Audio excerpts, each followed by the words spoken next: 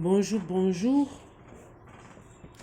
Il s'agit là de lire mon cours de méthodologie de rédaction de mémoire qui a été dispensé par Dr Quinfan à l'UG sous la tutelle du Collège de Paris. Bon, voilà. En fait, je le fais parce que j'ai la paresse de le lire, de me concentrer, de le lire. Donc, en le lisant pour vous et pour moi, je vais pouvoir aller jusqu'au bout de ma lecture. Bon, commençons. Le mémoire de MBA est déterminant pour la deuxième année de formation, puisque sa validation conditionne à 50% l'obtention du diplôme final. Du choix du sujet jusqu'à la préparation de la soutenance totale, le candidat doit préparer minutieusement chacune des étapes afin d'éviter des erreurs, mais aussi des interprétations erronées de son travail. C'est dans ce sens que Jean-Louis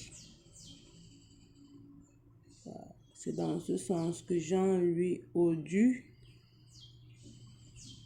de l'unité de formation doctorale de l'Université de Créteil a proposé 10 sous-formes de conseils qui permettraient à chaque candidat de mettre toutes les chances de son côté.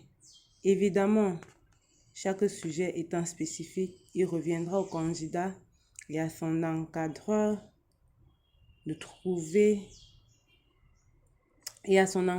travailler sur les éléments particuliers liés au sujet. Les 10 étapes sont les suivantes.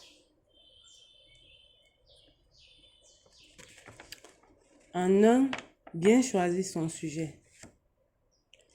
La meilleure idée que l'on puisse avoir est de trouver un sujet qui vous plaît et que vous souhaitez creuser et approfondir. Et pourquoi pas en faire un sujet de spécialisation. Étant donné que vous allez passer des heures à travailler sur votre mémoire, autant que ce soit un sujet qui vous passionne. Cette démarche initiale est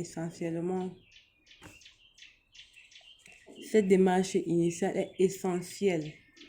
Cependant, il est indispensable de valider a priori la pertinence du sujet, c'est-à-dire la capacité à supporter un approfondissement ou un traitement contradictoire ou encore, son actualité. De plus, le candidat doit calibrer le sujet avec le soutien de son encadreur afin de banaliser clairement les champs d'études de telle sorte qu'il y ait point d'équivoque ou de risque d'interprétation faussée. Ainsi, le candidat doit tenir compte de son choix de faisabilité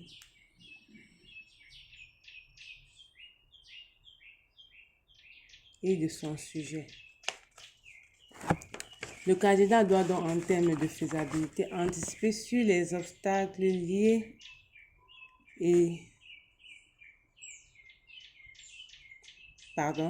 Le candidat doit donc, en termes de faisabilité, anticiper sur les obstacles matériels et logistiques auxquels il pourrait être confronté. Par ailleurs, le candidat doit également anticiper sur la disponibilité de la ressource documentaire. En clair, pour bien choisir son sujet, le candidat peut s'appuyer sur la grille suivante.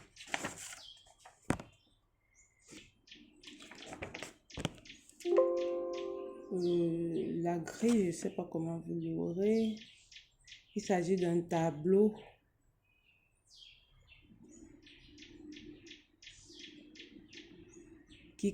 qui a en première colonne les critères, en deuxième sujet 1, en troisième sujet 2, en quatrième sujet 3, jusqu'à sujet X. Pour la colonne critères, on a l'intérêt personnel, l'intérêt intrinsèque, professionnel et sociétal. Il s'agit là des intérêts qui peuvent vous motiver à choisir un sujet. On a en deuxième ligne l'intérêt pour sa formation, cohérence par rapport à la formation suivie et au centre d'intérêt des professeurs. On aura ensuite l'intérêt théorique qui concerne l'existence d'une littérature scientifique ou managériale sur le sujet et l'originalité. En quatrième ligne, on aura l'intérêt managérial pour la société, utilité potentielle de vos résultats pour une ou plusieurs organisations ciblées ou encore la cohérence de votre sujet par rapport aux grands enjeux du moment. En dernière ligne, on a la faisabilité. Le temps, les ressources documentaires, l'accès au terrain pour la collecte des données. Bien évidemment, concernant les colonnes sujet 1, sujet 2, sujet 3, il va falloir donner une note par rapport à la pertinence, par rapport à l'intérêt qu'on éprouve pour un sujet et ensuite faire la somme pour chaque sujet et obtenir un total et voir finalement quel est le sujet le plus intéressant pour lequel on a le plus d'intérêt. Bon, voilà, on aura en deux, c'est-à-dire le deuxième point des 10 étapes d'un bon mémoire selon Jean-Louis Audet. 2. Délimiter clairement son champ d'investigation. Il faut commencer ici par au moins 2 interrogations importantes. La première, quel angle de votre sujet n'a pas encore été traité? Vous ne pouvez pas faire une bonne étude sans faire une bonne littérature. Deuxièmement, quel est le phénomène qui mérite d'être approfondi? Mieux, si votre thème a déjà été exploré, vous avez les moyens pour aborder un nouvel éclairage qui puisse enrichir le débat. Avez-vous localisé ou identifié une sous-thématique encore vierge? Y a-t-il un champ d'application sur lequel vous pensez être mieux? Si le sujet est très largement traité par une multitude de publications, ou à l'opposé, s'il est impossible à nourrir faute d'informations, il faudra réfléchir par 2 fois sur l'intérêt à se l'approprier.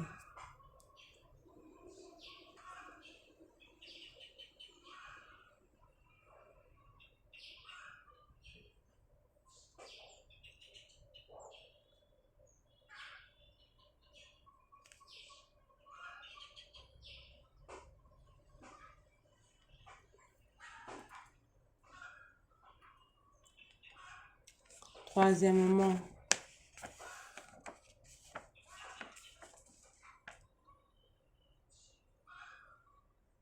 c'est-à-dire en troisième point, bien définir sa problématique.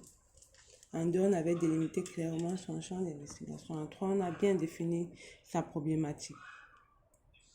La formulation de la problématique et l'expression des lignes directrices. J'ai une faute. Je reprends la formulation de la problématique et l'expression des lignes directrices de la recherche représente un aspect essentiel, voire délicat du travail, car c'est sur cette opposition que repose la solidité de la démarche dans son ensemble.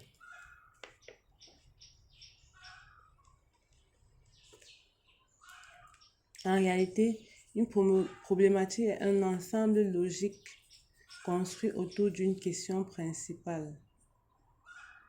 qui doit être déployée et déroulée de façon évidente. La problématique est le poste de pilotage de votre mémoire. Et c'est pourquoi elle doit être explicite et rédigée sans équivoque.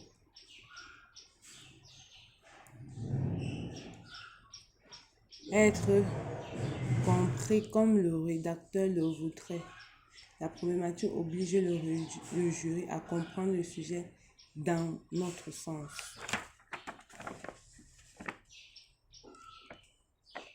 Quatrième point, être clair sur sa méthodologie.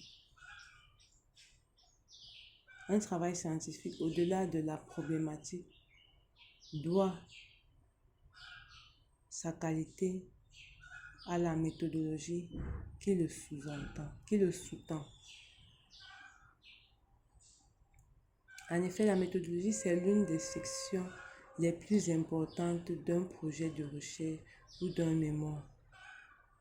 Si on part du fait qu'un travail de réflexion comme le mémoire ne consiste pas seulement à rappeler ou à reproduire les évidences, mais plutôt à contribuer à l'amélioration des connaissances, soit par enrichissement, soit par confirmation ou encore par réfutation. Donc, si on considère que c'est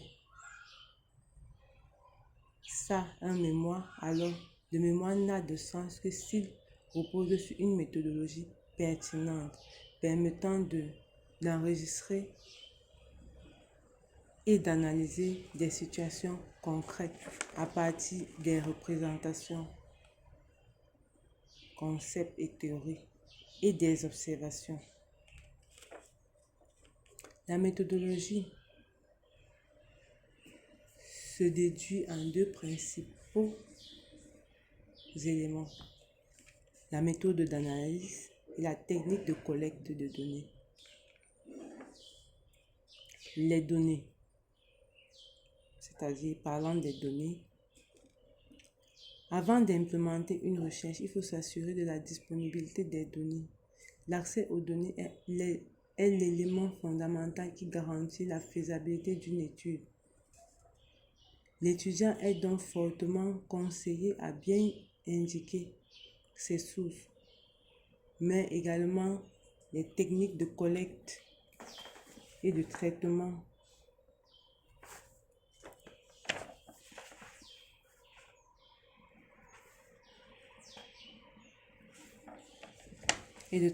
des données utilisées pour la réalisation de son mémoire. Les données peuvent être une source primaire ou secondaire.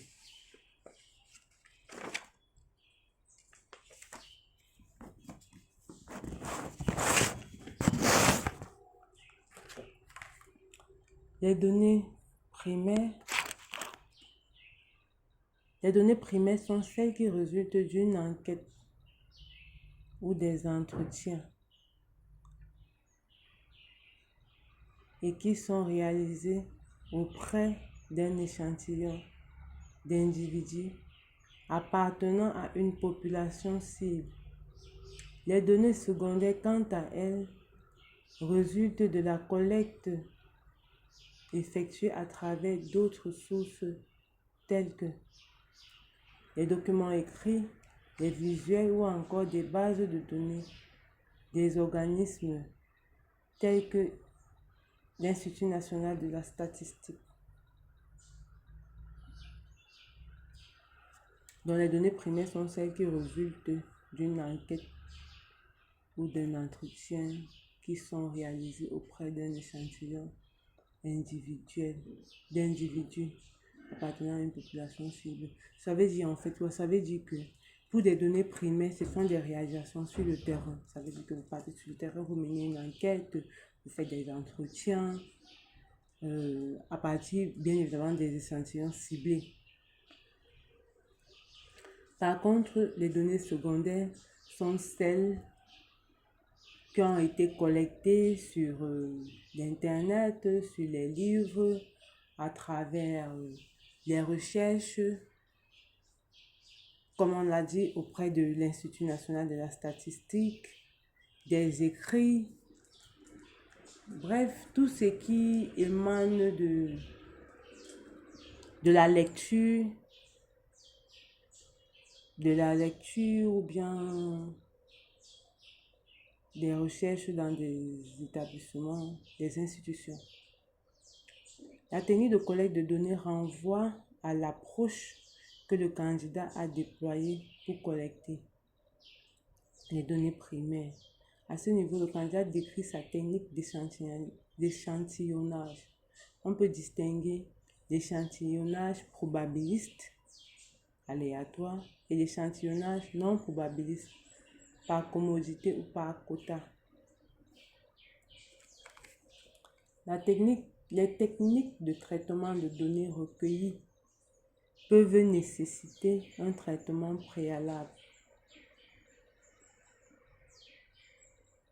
ou être directement insérées dans les logiciels spécifiques de traitement de données, tels que SPSS, Stata, eView. Dans sa méthodologie, et particulièrement dans la présentation de ses résultats, l'étudiant s'investira à décrire méthodologiquement les différentes opérations qui auront été menées, y compris avec les logiciels, pour aboutir à un résultat.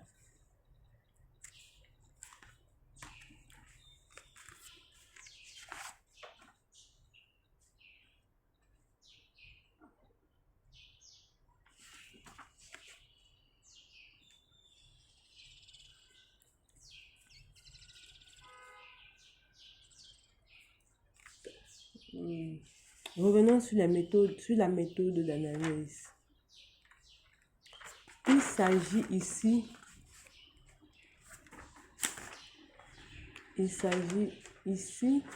de décrire les outils qui seront utilisés pour traiter empiriquement le sujet.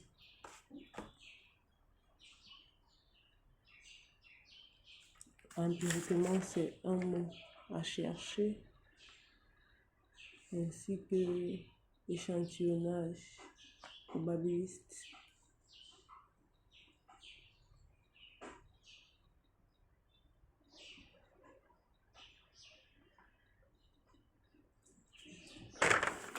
Bon, où en étions-nous? On disait tantôt que pour les méthodes d'analyse, il s'agit ici de décrire les outils qui seront utilisés pour traiter empiriquement le sujet. Ces outils peuvent être de nature quantitative ou qualitative. Donc, c'est-à-dire dans la méthode d'analyse,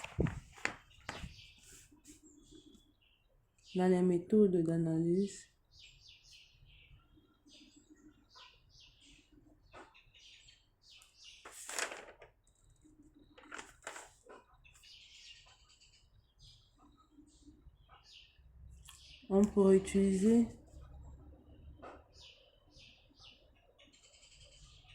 la méthode. On peut étudier l'approche quantitative ou encore l'approche qualitative. Les outils peuvent être de nature quantitative ou qualitative. Dans une approche quantitative, il est question d'analyser certains paramètres de statistiques descriptives.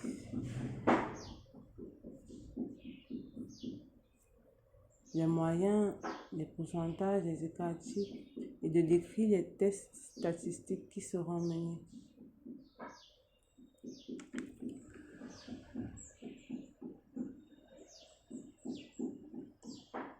Notez bien, une description claire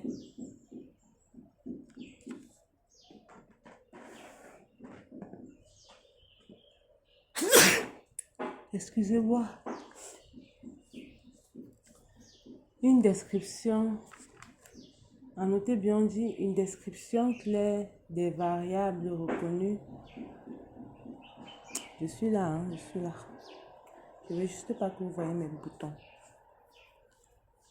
Une description claire des variables retenues est une condition indispensable pour réussir une approche quantitative.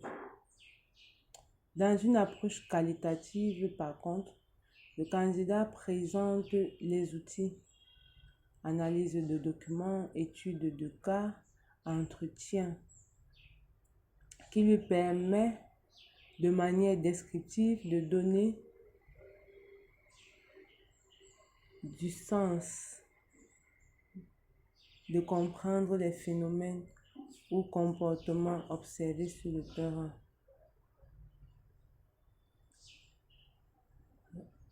Bon, on est là maintenant au 5e point, au 5e des 10 étapes de Jean-Louis.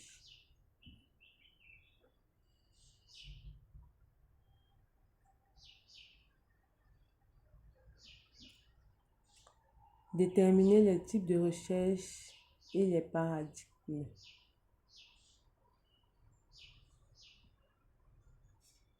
La rédaction d'un mémoire représente en réalité le premier pas vers la recherche avancée. Vu sous cet angle, le candidat se doit de se positionner en termes de paradigme.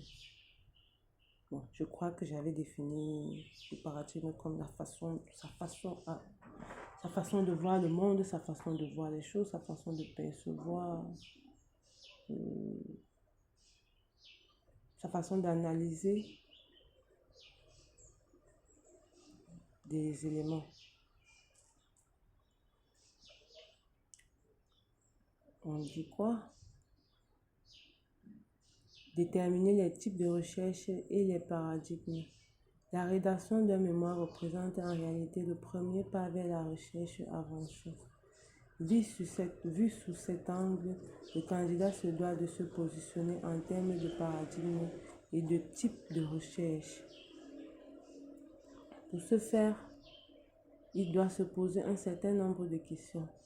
Quel est le statut de mon travail? Bon, je reprends. C'est vrai que je reprends aussi pour moi.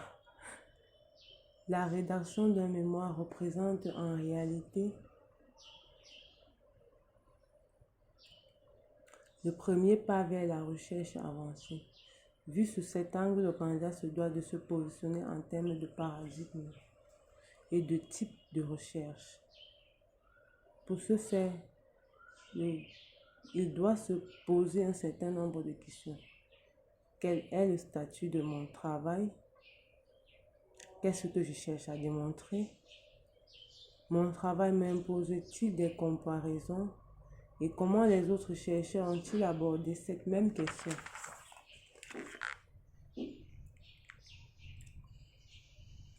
Quelle approche peut-elle me permettre d'obtenir ou de produire les meilleures informations? La réponse à toutes ces questions peut permettre au candidat de choisir entre une recherche exploratoire, une recherche descriptive ou une recherche causale, selon une approche inductive ou déductive.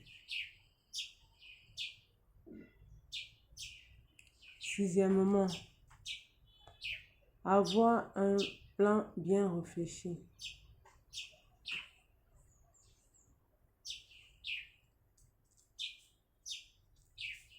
Le plan doit être mûrement réfléchi afin d'identifier les idées principales à aborder, les arguments et les explications indispensables, ainsi que les exemples à utiliser pour traiter efficacement le sujet.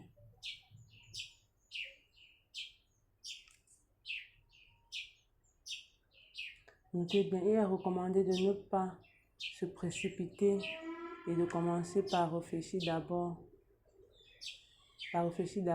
par lire et par faire des synthèses. Ceci permet de savoir exactement de quoi on veut parler. C'est pourquoi il est utile de distinguer 3 types de plans. Le plan indicatif qui correspond à l'ébauche élaborée au début de sa réflexion. le plan de travail ou le plan opérationnel détaillé correspondant à la succession des étapes à mettre en œuvre pour réaliser le mémoire. Le plan de rédaction correspondant au sommet ou à la table de matière qui figurera dans la version définitive du mémoire. Bon, on a fini, hein. Ça, c'est un planning de suivi du mémoire. Ça veut dire qu'on élabore un plan de travail avec les étapes du début à la fin, c'est-à-dire de la définition du sujet jusqu'à la préparation du grand oral. Voilà, merci.